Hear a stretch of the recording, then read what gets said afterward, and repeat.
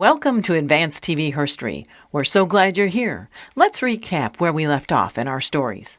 If you listened to the first half of the interview with Cady McClain, whom you might know as the amazing actor who played Dixie Cooney on ABC's All My Children, you learned a bit more about how Cady was bit by the acting bug around the age of 9. She talked about her career path that led up to All My Children and what it was like working with storied, award-winning performers on that series. In this episode of Advanced TV History, Part 2, with two-time Emmy-winning Cady McClain, we pick up right where we left off, wondering what Cady was thinking when she left daytime and embarked on storytelling, from taking direction to providing it. I had my sort of epiphany about becoming a filmmaker in my early 20s, and yet my mother begged me and made me promise not to become a director, because in her life and in her mind, men's narrative ran the world. There was no place for a female narrative or a female leader, which is what being a director is. And so she wanted me to survive because she was dying. And I could understand that. So I promised. And it took me 20 years until my husband and who's my best friend and another friend of mine said to me, you direct. I'd written a short film. They said, you do it. And so once I stood in those shoes again in my 40s, I went, oh my God. And my first movie was about 4 guys and a dead girl. Like, that's how dead the identity of being a woman in this world was to me. Mm-hmm. And that was in the 2000s. That was 2012 or 13, I think, that I did that. So it has taken, this Me Too movement is so much more than just saying, please stop touching my butt. Mm-hmm. Mm-hmm. It's so much more about identity, the person, the human being that happens to be in a female body and their experience of the world as they find it, and women helping other women find their voice. And that's where Seeing is Believing really blossomed out of. I'd done one more soap. I'd done a year on Young and the Restless. It was pretty painful, to be honest with you, for a lot of reasons. But I came out of it with this real need. It was just like, enough is enough. Like, I need to see some narratives where women have more than what has been written for us, and that aren't pushed into sort of subsections of the woman's channel, Yes.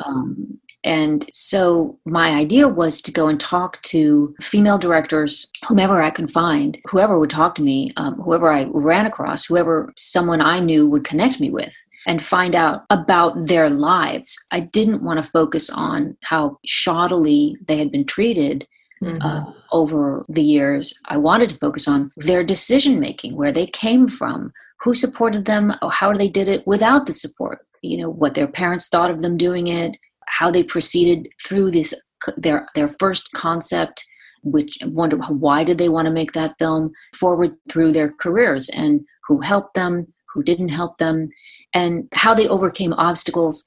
And what I discovered was the voice. Mm-hmm. And then it was their voice in their work, what they cared about, what stories they wanted to tell, what mattered to them in the world. And then that became wove together with this animation that I wanted to use because, yes, each film is a very individual expression of the person. But I also feel that the creative life is something for each one of us, and in particular to the feminine energy. And I think men can be connected to this as well. It is not a gender thing. Mm-hmm. It is the feminine subconscious that is like the little voice. Many men I know call their muse a woman or has a feminine energy because it's quiet. It's a very unique kind of thing. And there's a place for the male and there's a place for the female, if you want to call it the yin, the yang. There's room for everyone. I'm not into like, this is more important than anything else. It's just, this is the voice we have been talking over and not listening to, and to our own peril, I suppose, not life or death, but it's certainly creative life or death. Well, the imbalance that is felt in any industry, sooner or later, once it sort of becomes apparent, and media being so much more powerful because it's exponential and it's got such a shelf life in some cases, allows the status quo to not just persist, but to become toxically generational. So we can talk about generational poverty and how some families can never get out of that because that's all they've ever known. Well, if all we've ever known is Leave It to Beaver and Hogan's Heroes and maybe MASH, I mean, you know, it's amazing to see the fans come out for Cagney and Lacey and the tremendous loyalty to something like Cagney and Lacey or Designing Women, which are now series that are 35 years old. And so the idea that we have to sort of put tremendous amount of content out there that is written or directed or even shot from a woman's point of view is still, sadly, in 2020, considered earth-shaking and is upsetting the status quo. So what you're trying to do and the stories you're trying to tell of the hard work that women have put in just to make their craft, we have to really recognize that and celebrate each one of those women for the work that they've done and figure out how we can encourage them to stay in the fight and produce the next, if not blockbuster, the next Academy Award winner, to showrun the next series that's going to change how people think. And there are some great series out there doing that. And it's with, I think, a women's point of view. Yeah, I mean, there's some amazing stuff that's being done. I'm a big fan of Fleabag and Russian Doll. Those are two female-driven narratives that I love. I love the surreal. I love the dark surreal and with a heavy dash of humor. That's kind of my jam. I love that. But there's also a woman named Eliza Hittman. She just released, or just I think it's out. I don't know if it's out now, but it's called Never, Rarely, Sometimes, Always. I know it played at Sundance. Her first film was Beach Rats. I mean, she is an extraordinary filmmaker, and I think it's quite possible she could be the one that makes that Academy Award leap into the Greta Gerwig territory. The trailer for Cady's film, Seeing is Believing, Women Direct, features clips of interviews with really talented women. Listen to this thread of unity and continuity that she gathered.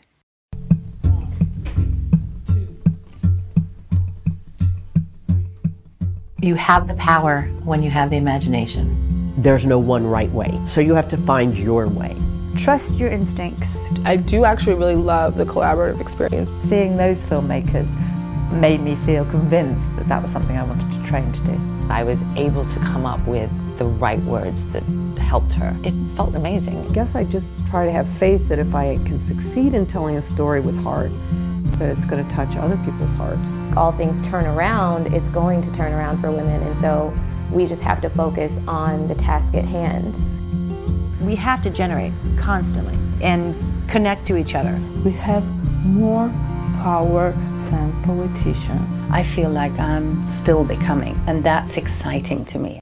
But my kind of role, I guess, as I see it is, as somebody who has come from the sort of older generation now. I'm 50 and I've lived a life, and I lived the Me Too for quite a few years. But in a way, I suppose I feel like, other than continuing to try to do my own work, is to encourage other women, to show them through this film ways that they can use their voice, because it doesn't have to be. You don't have to be an Academy Award winner to be a valid storyteller. You can do it with a podcast, you can do it with a short film, you can do it with a web series, you can build your audience and reach people who care and want to hear your voice. I mean, that's one of the funniest things that's changing now, is that, and it's been changing for some time, but the power system of Los Angeles is, it's always been the studios, right? But as the studios move further and further into these giant blockbuster type of superhero movies and sort of find that to be their payday, television has become more and more empowered. And there are a lot more women directing in television now than there used to be. I mean, it's nowhere near 50-50. It's more like, 24-76. Women to men in terms of women directing here. But it has been acknowledged by the unions and by the studios and production companies as something that they must pay attention to and that they must consider. And that is really only in the last couple of years. It has been very heavily male and white male dominated. Now, show business is not an easy business. That's not to say if you're just a young white guy, you can just show up here and boom, you get a job. But it's hard. It's hard for anybody, just in terms of the doors that are open to you. Sure. That's been changing in the last few years and only in the last few years. But now with, for example, if we can't get out of our homes for the next couple of months, everything is going to have to readjust again. And this is just my take, this is my opinion, but I do think that it gives the home filmmaker, the person who is anywhere in the world, an incredible opportunity to shine and to really put in the effort to make something from their home with the tools they have that will stand out, because it's really all about whether or not you can tell a story and whether or not you can reach people with your story. That's what it's all about. And that's really my job with this, is to say, you have permission now. Now is the time. If you have something you've always wanted to do, or a story you've wanted to tell, and all you have is your iPhone, now is the time. Do it. And do it and fail and do it again. Mm-hmm. One of the stories in the film that I love, that I have hung on to, is Sarah Gavron, who made the film Suffragette. Yes. It was amazing. She made 9 short films before she finally made a film that people paid attention to. Having made 9 short films before she made a successful one that really hit it. That showed her, and then through her telling that to us, shows us that, you have to be not just resilient, not just tenacious, but able to handle failure and to keep going. You have to be able to pick yourself up and try again. It's not always easy, and I think sometimes as you get older, it gets harder. But I do think that as soon as you start to re-engage with the art that you love, it's just so much fun. And so you have to kind of give yourself permission to go back into something for the enjoyment and for the pure pleasure of it, whether you're writing, editing something together. It is 90% perspiration, but that 10% inspiration and pleasure is so, so worth it. And someone else actually said to me, and I think Lee Lewis says it in the film as well. She says, you really have to enjoy the process, be able to, sit into the process and enjoy that, the prepping, the organization that comes with it, which is so important. Mm-hmm. The learning of the technical details. Sometimes it is a pain, but if you can just sit into it and get with it and know that, you're expanding yourself as a person as you learn these things, and you're going to be so proud of yourself when you overcome it all and learn new things and finish that project, that it just makes every beat worth it.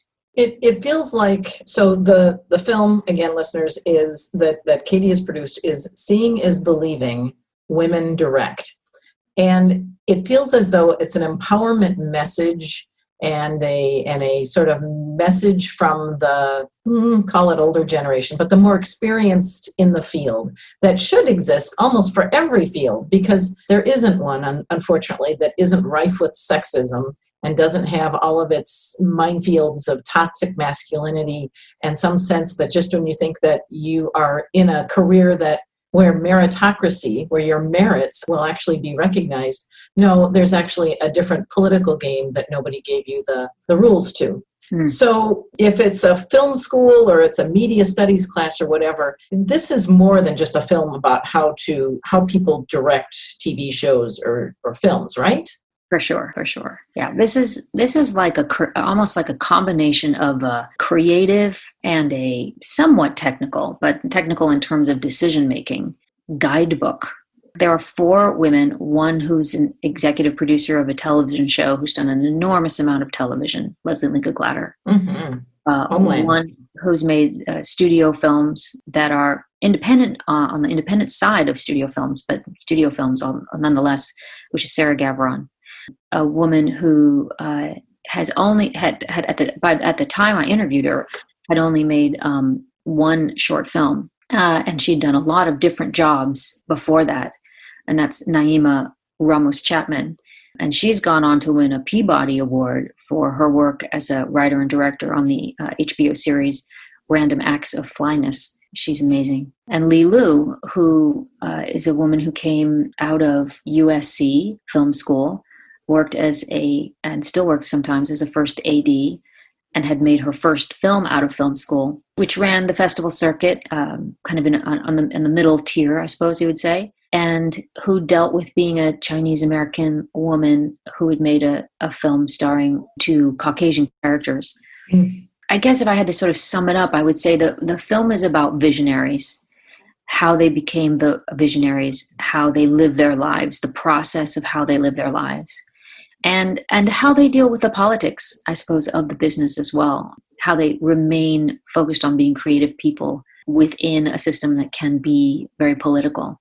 And I think my goal is for the viewer was, if you can find one person in this film that you can identify with, then you will be able to identify within yourself a pathway forward. Because that's really what I wanted to give people, was both a pathway forward and then a reminder that it was important for you to pursue that path however you could, with whatever resources or tools are available to you. How are people able to see Seeing is Believing? Is it available streaming? It is available streaming on Seed and Spark, which is Spark, yes. Yeah, so you can find it there for a monthly subscription for as little as $3. It's a pay-as-you-can tier, which I think is great right now. And I feel like I like that platform, and I chose that platform in particular because they also, part of every dollar raised goes back toward the filmmakers that are crowdfunding on the site through something they call the Green Light Fund. So if you watch the movie, you're actually also helping other filmmakers, which is great. That's excellent. So I have to ask, do you have some upcoming projects that you are able to share with us, or even little nuggets of what you think you might be doing during this kind of downtime when being out in the field is more of a solo effort? Yeah, solo effort for sure. I'm definitely, I've been attached to 2 feature films, narrative films, which are sort of on hold at the moment, but that has been an interesting process while we wait to see what happens, or what we all kind of collectively decide will happen. And then I have all these recorded interviews with the women that I met. So although I only used about 4 of the women and their main stories in the film, I have about 30 to 50 other really rock solid interviews that I could put out there as kind of a recording, like a podcast. A friend really, again, encouraged me to do that. God bless friends, that when they say something and it just sticks in your head, you're like, So I'm going to do something called Hearing is Believing, and I'm going to release the full interviews of all these women so you can hear the whole thing. Yeah. That's great. You're kind of stepping in the TV world, you're in the film world, you're in the crew world, you're in the education world, and it's fascinating. And there aren't that many people who are willing and confident enough, it feels to me, to be able to risk being so sort of exposed and yet in so many different pies. And I find that admirable, and I will support you in whatever you need to continue making a success and making a difference, particularly for our young women who go to college and they want to go to film school. They want to be what you were, and to some degree what I had wanted to be, that, life's situation just didn't give me that opportunity, and it was a different world in the mid-'80s.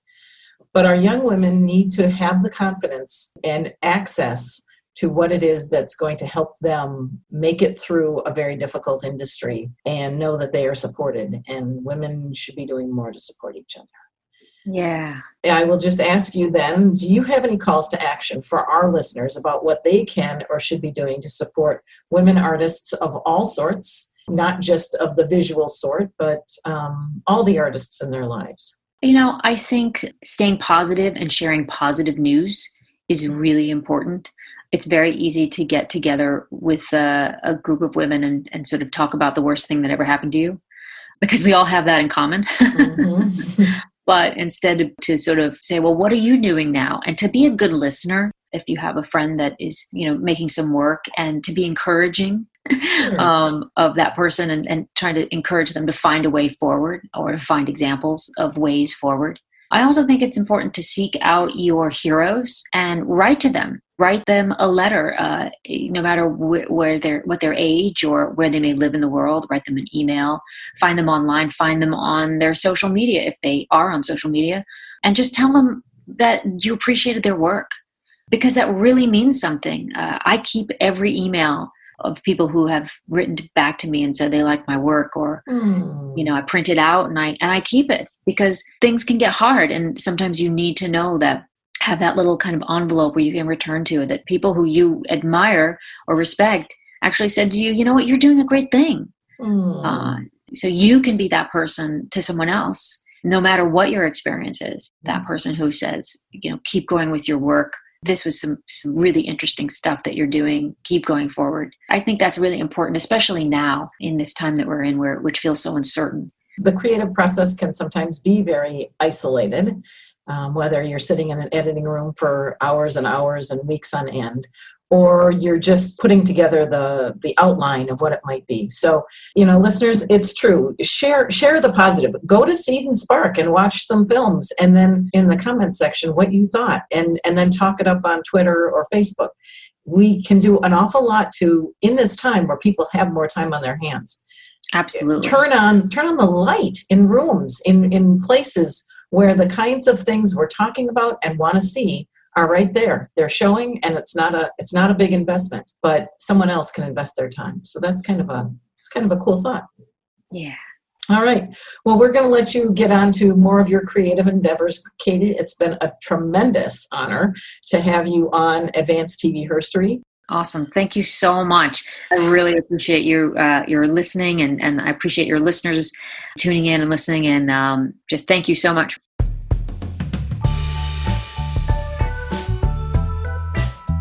Listeners, scroll back one episode if you missed the first half of this visit with Cady McClain.